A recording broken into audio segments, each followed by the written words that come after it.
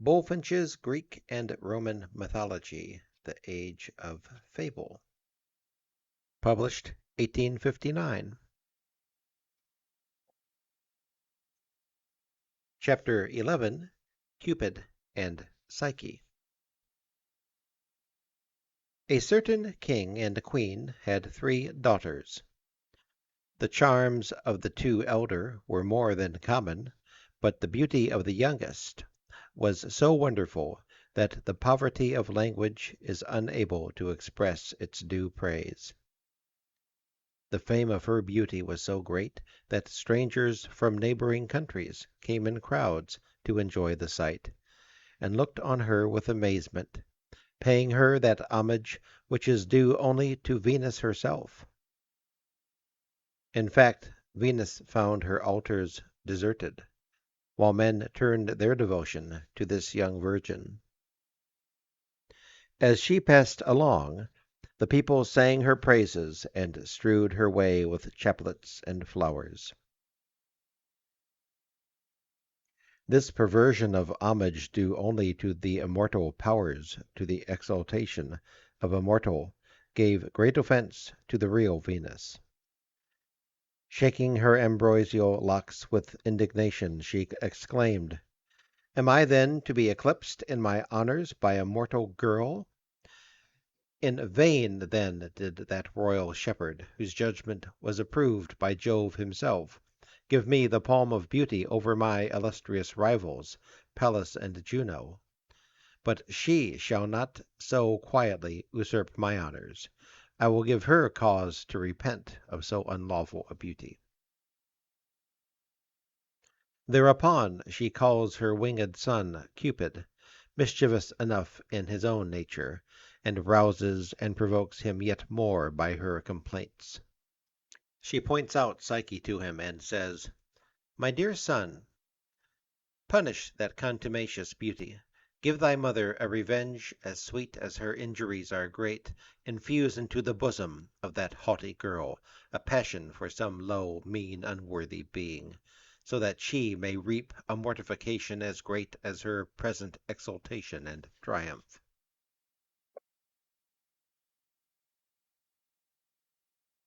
Cupid prepared to obey the commands of his mother. There are 2 fountains in Venus's garden, one of sweet waters, the other of bitter. Cupid filled 2 amber vases, one from each fountain, and suspending them from the top of his quiver, hastened to the chamber of Psyche, whom he found asleep. He shed a few drops from the bitter fountain over her lips, though the sight of her almost moved him to pity, then touched her side with the point of his arrow. At the touch she awoke, and opened eyes upon Cupid, himself invisible, which so startled him that in his confusion he wounded himself with his own arrow. Heedless of his wound, his whole thought now was to repair the mischief he had done, and he poured the balmy drops of joy over all her silken ringlets. Psyche, henceforth frowned upon by Venus, derived no benefit from all her charms. True, all eyes were cast eagerly upon her, and every mouth spoke her praises, but neither king, royal youth, nor plebeian presented himself to demand her in marriage. Her 2 elder sisters of moderate charms had now long been married to 2 royal princes, but Psyche, in her lonely apartment, deplored her solitude, sick of that beauty which, while it procured abundance of flattery, had failed to awaken love. Her parents, afraid that they had unwittingly incurred the anger of the gods, consulted the oracle of Apollo, and received this answer: "The virgin is destined for the bride of no mortal lover. Her future husband awaits her on the top of the mountain. He is a monster whom neither gods nor men can resist." This dreadful decree of the oracle filled all the people with dismay, and her parents abandoned themselves to grief. But Psyche said, "Why, my dear parents, do you now lament me? You should rather have grieved when the people showered upon me undeserved honors, and with one voice called me a Venus. I now perceive that I am a victim to that name. I submit. Lead me to that rock to which my unhappy fate has destined me." Accordingly, all things being prepared, the royal maid took her place in the procession, which more resembled a funeral than a nuptial pomp, and with her parents, amid the lamentations of the people, ascended the mountain, on the summit of which they left her alone, and with sorrowful hearts returned home. While Psyche stood on the ridge of the mountain, panting with fear and with eyes full of tears, the gentle Zephyr raised her from the earth, and bore her with an easy motion into a flowery dale. By degrees her mind became composed, and she laid herself down on the grassy bank to sleep. When she awoke refreshed with sleep, she looked round, and beheld near by a pleasant grove of tall and stately trees. She entered it, and in the midst discovered a fountain, sending forth clear and crystal waters, and fast by a magnificent palace, whose august front impressed the spectator that it was not the work of mortal hands, but the happy retreat of some god. Drawn by admiration and wonder, she approached the building and ventured to enter. Every object she met filled her with pleasure and amazement. Golden pillars supported the vaulted roof, and the walls were enriched with carvings and paintings representing beasts of the chase and rural scenes, adapted to delight the eye of the beholder.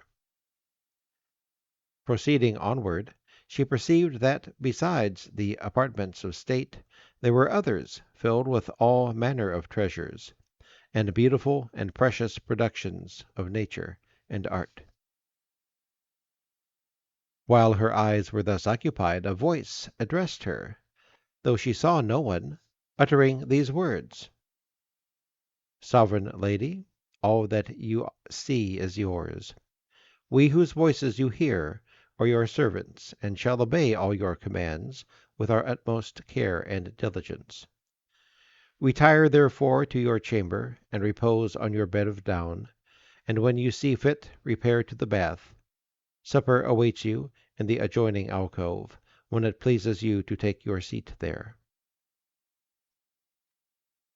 Psyche gave ear to the admonitions of her vocal attendants, and after repose and the refreshment of the bath, seated herself in the alcove, where a table immediately presented itself without any visible aid from waiters or servants, and covered with the greatest delicacies of food and the utmost nectarous wines. Her ears, too, were feasted with music from invisible performers, one of whom sang, another played on the lute, and all closed in the wonderful harmony of a full chorus. She had not yet seen her destined husband. He came only in the hours of darkness, and fled before the dawn of morning. But his accents were full of love, and inspired a like passion in her. She often begged him to stay and let her behold him, but he would not consent. On the contrary, he charged her to make no attempt to see him, for it was his pleasure, for the best of reasons, to keep concealed. "Why should you wish to behold me?" he said. "Have you any doubt of my love? Have you any wish ungratified? If you saw me, perhaps you would fear me, perhaps adore me. But all I ask of you is to love me. I would rather you would love me as an equal than adore me as a god." The reasoning somewhat quieted Psyche for a time, and while the novelty lasted she felt quite happy. But at length the thought of her parents, left in ignorance of her fate, and of her sisters, precluded from sharing with her the delights of her situation, preyed on her mind, and made her begin to feel her palace as but a splendid prison. When her husband came one night, she told him her distress, and at last drew from him an unwilling consent that her sisters should be brought to see her. So, calling Zephyr, she acquainted him with her husband's commands, and he, promptly obedient, soon brought them across the mountains, down to their sister's valley. They embraced her, and she returned their caresses. "Come," said Psyche, "enter with me my house, and refresh yourselves with whatever your sister has to offer." Then taking their hands, she led them into her golden palace, and committed them to the care of her numerous train of attendant voices, to refresh them in her baths and at her table, and to show them all her treasures. The view of these celestial delights caused envy to enter their bosoms, at seeing their young sister possessed of such state and splendor, so much exceeding their own. They asked her numberless questions, among others, what sort of a person her husband was. Psyche replied that he was a beautiful youth, who generally spent the daytime in hunting upon the mountains.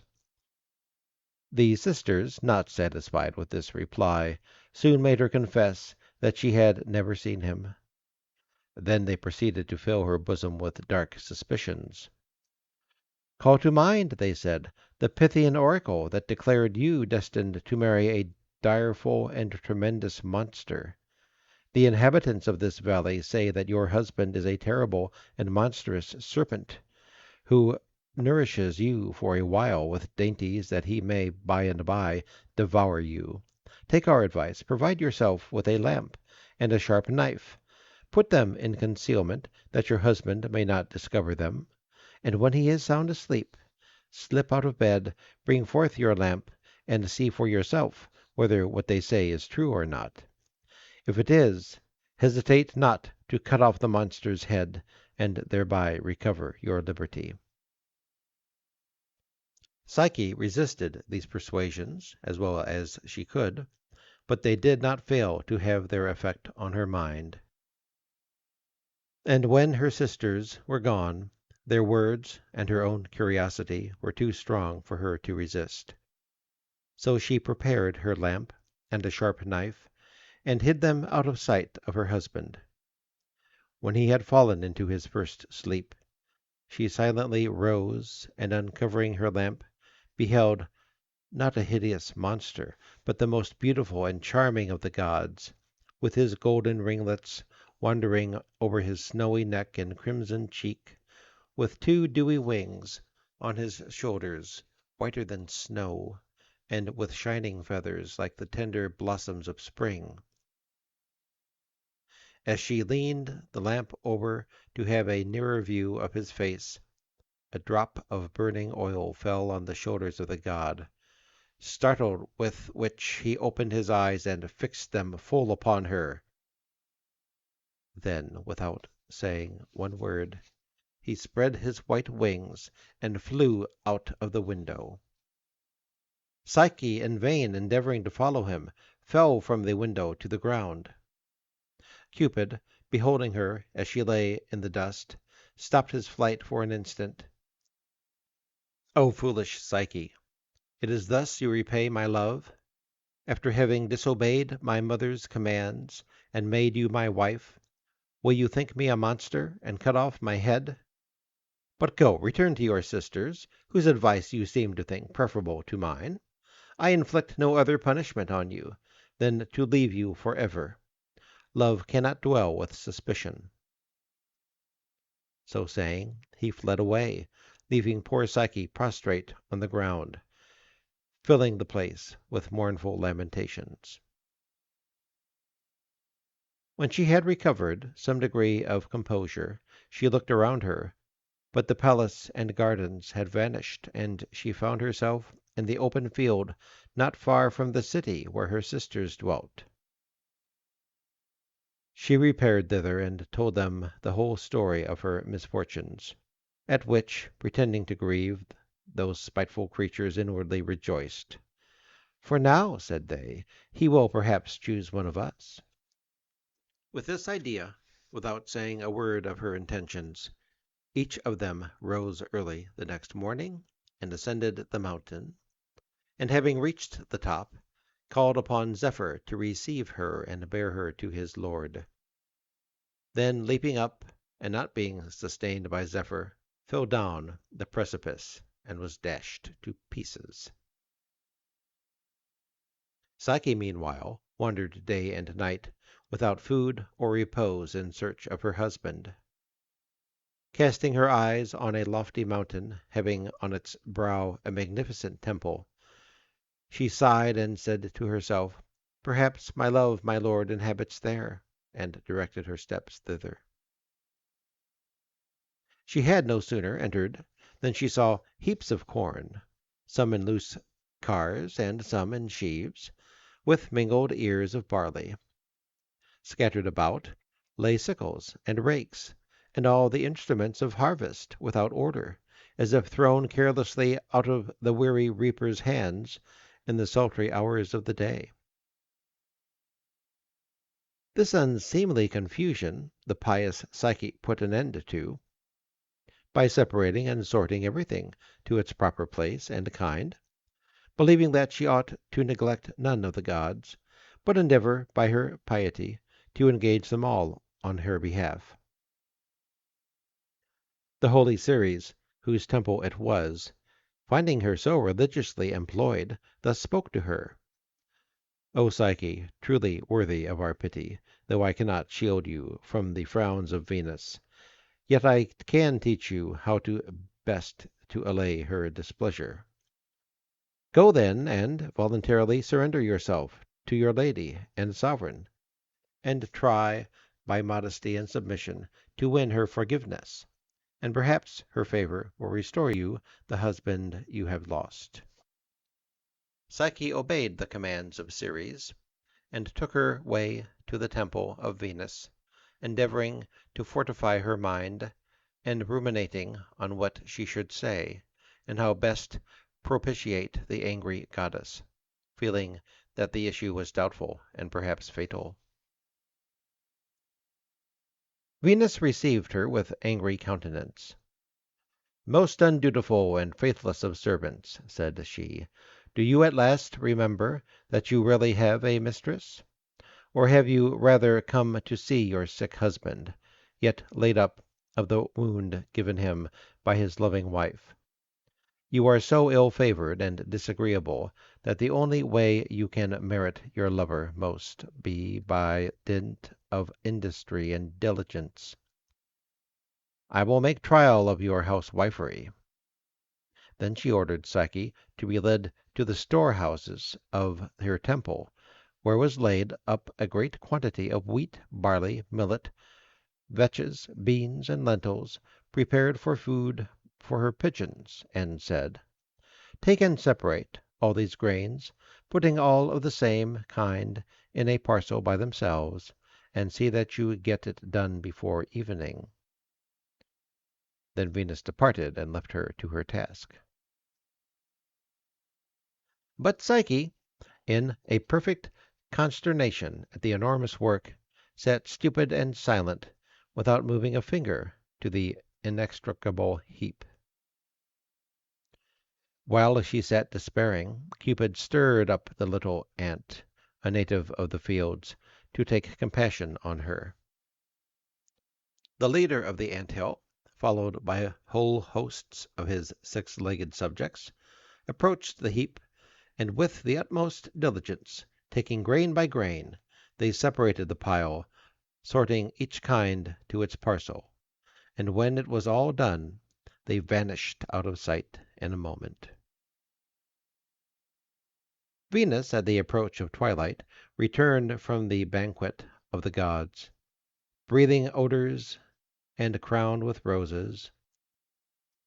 Seeing that the task was done, she exclaimed, "This is no work of yours, wicked one, but his, whom to your own and his misfortune you have enticed."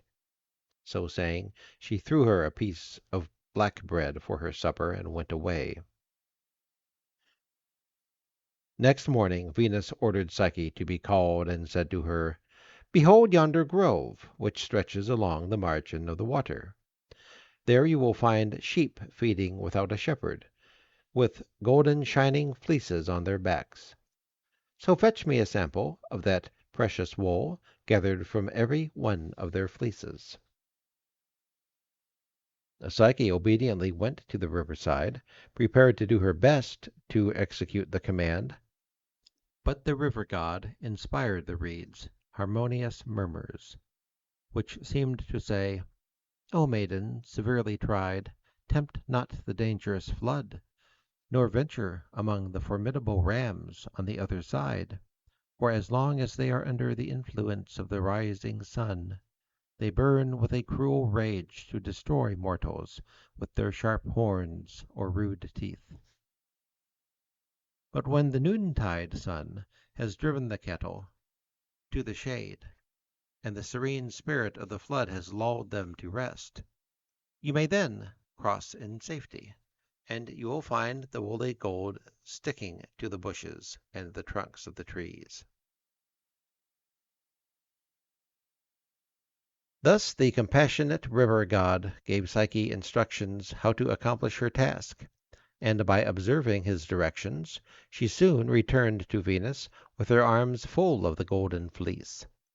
But she received not the approbation of her implacable mistress, who said, "I know very well it is by none of your own doings that you have succeeded in this task, and I am not satisfied yet that you have any capacity to make yourself useful. But I have another task for you. Here, take this box, and go your way to the infernal shades, and give this box to Proserpine, and say, My mistress Venus desires you to send her a little of your beauty, for in tending her sick son she has lost some of her own. Be not too long on your errand, for I must paint myself with it to appear at the circle of the gods and goddesses this evening." Psyche was now satisfied that her destruction was at hand, being obliged to go with her own feet directly down to Erebus. Wherefore, to make no delay of what was not to be avoided, she goes to the top of a high tower to precipitate herself headlong, thus to descend the shortest way to the shades below. But a voice from the tower said to her, "Why, poor unlucky girl, dost thou design to put an end to thy days in dreadful a manner? And what cowardice makes thee sink under this last danger, who hast been so miraculously supported in all thy former?"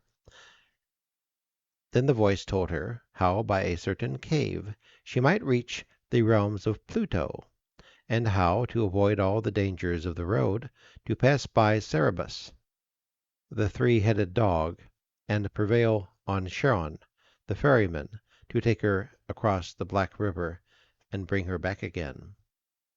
But the voice added, "When Proserpine has given you the box filled with her beauty, of all things this is chiefly to be observed by you, that you never once open or look into the box, nor allow your curiosity to pry into the treasure of the beauty of the goddesses." Psyche, encouraged by this advice, obeyed it in all things, and taking heed to her ways, travelled safely to the kingdom of Pluto. She was admitted to the palace of Proserpine, and without accepting the delicate seat or delicate banquet that was offered her, but contented with coarse bread for her food, she delivered her message from Venus. Presently the box was returned to her, shut and filled with the precious commodity.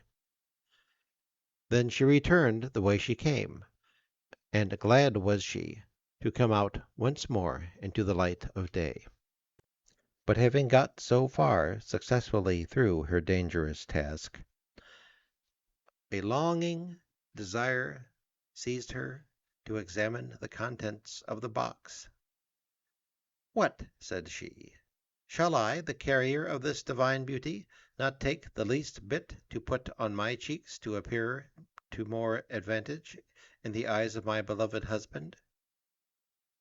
So she carefully opened the box, but found nothing of any beauty at all, but an infernal and a truly Stygian sleep, which, being thus set free from its prison, took possession of her, and she fell down in the midst of the road, a sleepy corpse without sense or motion. But Cupid, being now recovered from his wound, and not able longer to bear the absence of his beloved Psyche, slipping through the smallest crack of the windows of his chamber, which happened to be left open, flew to the spot where Psyche lay, and gathering up the sleep from her body, closed it again in the box, and wakened Psyche with a light touch of one of his arrows. "Again," said he, "hast thou almost perished by the same curiosity. But now perform exactly the task imposed on you by my mother, and I will take care of the rest." Then Cupid, as swift as lightning, penetrating the heights of heaven, presented himself before Jupiter with his supplication. Jupiter lent a favoring ear, and pleaded the cause of the lovers so earnestly with Venus that he won her consent. On this he sent Mercury to bring Psyche up to the heavenly assembly, and when she arrived, handing her a cup of ambrosia, he said, "Drink this, Psyche, and be immortal, nor shall Cupid ever break away from the knot in which he is tied, but these nuptials shall be perpetual." Thus Psyche became at last united to Cupid, and in due time they had a daughter born to them, whose name was Pleasure. The fable of Cupid and Psyche is usually considered allegorical. The Greek name for a butterfly is Psyche, and the same word means the soul. There is no illustration of the immortality of the soul so striking and beautiful as the butterfly, bursting on brilliant wings from the tomb in which it has lain, after a dull, groveling, caterpillar existence, to flutter in the blaze of the day, and feed on the most fragrant and delicate productions of the spring. Psyche, then, is the human soul, which is purified by sufferings and misfortunes, and is thus prepared for the enjoyment of true and pure happiness. Thank you for listening.